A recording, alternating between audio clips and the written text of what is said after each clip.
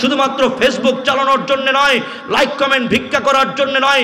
মালিক আল্লাহ নওজোয়ানি দিয়েছে জালেম আর জুলুমের কবর রচনা করে সৎ আর যোগ্য হয়ে জমিনের বুকে আল্লাহর দ্বীন প্রতিষ্ঠা করার জন্য। ঠিক কিনা বলো? ও নওজোয়ান বন্ধুরা, তোমাদেরকে ভাই হিসেবে বলে যাই, মেহেরবানি করে আল্লাহর দিকে তাকাও। আল্লাহ তোমাদেরকে কি করে বলে, ও বন্ধু তুমি যে নষ্টার ভ্রষ্টার পিছনে ঘোরো, মুরব্বী বাবাদের সামনে তোমাদেরকে বলছি একটু ভালো করে শোনো বন্ধু। বন্ধুর দাবি নিয়ে বলতেছি, তুমি কাকে তোমার প্রেমিকা বানাইতে চাও, তুমি কাকে তোমার জীবন সঙ্গী বানাতে চাও?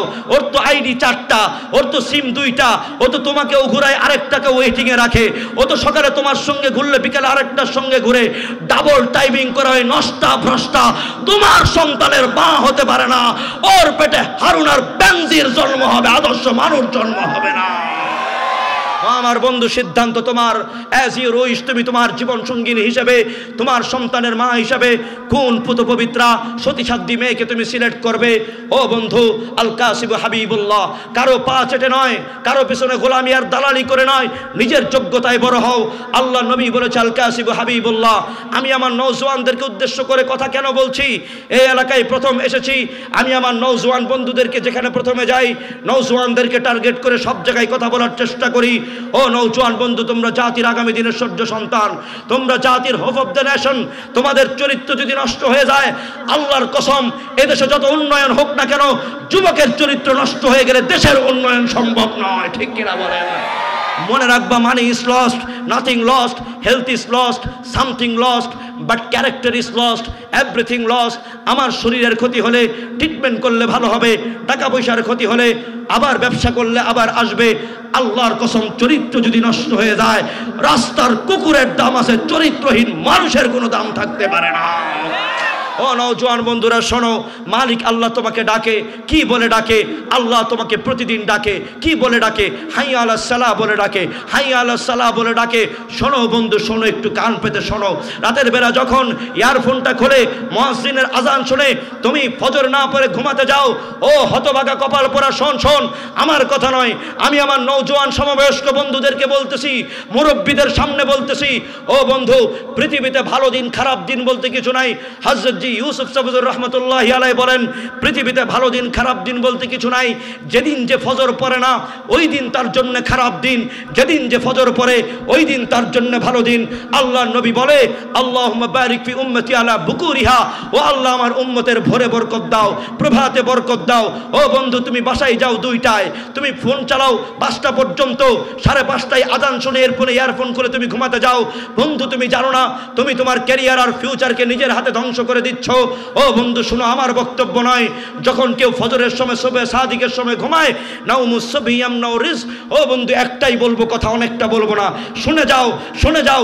সমস্ত বদভ্যাস আর প্রপার ওয়ে আর ব্রেনের ফরেন্টাল এরিয়াগুলোকে, যেভাবে তুমি ইন্টেলেকচুয়াল এরিয়াগুলোকে, সেলগুলোকে দুর্বল করে দিয়েছো, আবার কিভাবে সচল করতে পারো।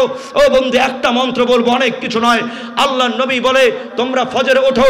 কেউ যদি জানতো ফজরের কি বরকত, ফজরের কি সওয়াব, সে গড়াগড়ি আর হামাগুড়ি দিয়ে হলেও ফজরে মসজিদে গিয়ে হাজির হতো। ও আমার বন্ধুরা, আজ তোমাদেরকে বলি, শোনো, ফজর কোন নামাজ? ফজর সেই নামাজ, আল্লাহর নবী বলে, কেউ যখন ফজরের নামাজের জন্য হাঁটে, তখন তার প্রতিটা কদম বিজয়ের দিকে যায়। শোনো চূড়ান্ত কথা, আল্লাহর নবীর চূড়ান্ত কথা, মুসলমানের জমিনে তপ্ত ভাষণ দিলে বিজয় আসবে না, মুসলমানের জমিনে আন্দোলন সংগ্রাম করলে আল্লাহর বিজয় আসবে না। আমরা যে চিৎকার দেই মাতা নাসরুল্লাহ, বিজয় কখন আসবে? আল্লাহর নবী বলে গিয়েছে, বিজয় সেদিন আসবে মুসলমানের মসজিদগুলোতে ফজরের নামাজে জুমার মতো যেদিন ঢল নামবে, মুসলমানের বিজয় সেদিন আসবে, সেদিন আসবে।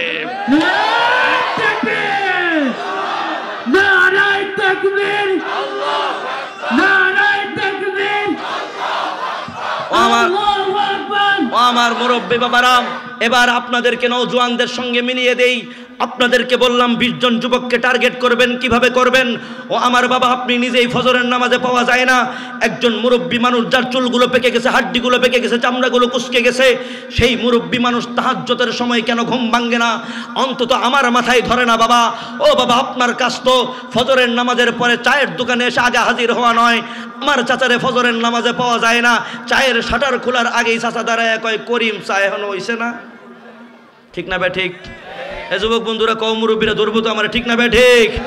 ও আমার বাবা, পায়ে হাত রেখে বলি, পায়ে হাত রেখে বলি, আমি আমার মুরব্বী বাবাদের পায়ে হাত রেখে বলি, আজকে হুজুরের সামনে আমরা ওয়াদা করি, আমাকে দেখানোর জন্য নয়, যতদিন বেঁচে আছি ইনশাআল্লাহ ফজর নয়, ফজর থেকে এশা 5 ওয়াক্ত নামাজ মসজিদ ছাড়া আর বাসায় পড়বো না। কোন কোন মুরব্বী বাবা নিয়ত করলাম? হাত তুলে দেখাই।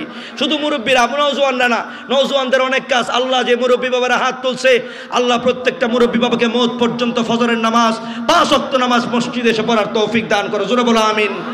নওজোয়ান বন্ধুরা, তোমরা তৈরি না, তোমাদেরকে কমিটমেন্ট নিতে চাই না।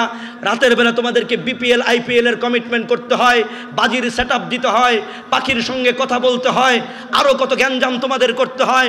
আমি তোমাদের কাছে ফজরের নামাজের ওয়াদা নিয়া খেয়ানতকারী বানাইতে চাই না। বন্ধু শুধু বলে যায়, আল্লাহর নবী বলেছে ফজরের নামাজ তোর বিজয়ের সুসংবাদ। আল্লাহর নবী বলেছে তুমি ফজর পড়বা, ক্যারিয়ার করে দিবে আল্লাহ, ফিউচার ব্রাইট করে দিবে আল্লাহ। ও বন্ধু শুনে নাও, তোমাকে পরীক্ষামূলক বললাম, 1 সপ্তাহ ফজর পরে দেখো তোমার ব্রেনের অবস্থা কি হয়, আল্লাহ তোমাকে কিভাবে পজিটিভ বিষয়গুলোকে তোমাকে সাপ্লাই করতে পারে। ও নওজোয়ান বন্ধুরা, ফজরের জন্য নিয়ত করে যাও, ইনশাআল্লাহ মালিক আল্লাহ তোমার সামনে দুনিয়ার এই মরিচিকাগুলো উত্থান করে দিবে, পর্দাগুলো তোমাদের সামনে উন্মোচন করে দিবে। ও নওজোয়ান বন্ধু, নিয়ত করলা তো ইনশাআল্লাহ? জোরে বলেন, নিয়ত করলা তো ইনশাআল্লাহ? আমি আমার নওজোয়ান বন্ধুদেরকে বলবো, নিজের যোগ্যতায় বড় হও। আল কাসিবু হাবিবুল্লাহ, নেতার দালালের পিছনে ঘুরো না, নেতার জায়গায় নেতাকে সম্মান করো। কিন্তু নতুন বাংলাদেশ 2000 প্রাণের উপরে 30,000 পঙ্গুর উপরে যে বাংলাদেশ আমরা পেয়েছি, সেই বাংলাদেশ আর নেতাকেন্দ্রিক বাংলাদেশ হবে না, সেই বাংলাদেশ হবে ইনসাফের বাংলাদেশ, বৈষম্য মুক্ত বাংলাদেশ।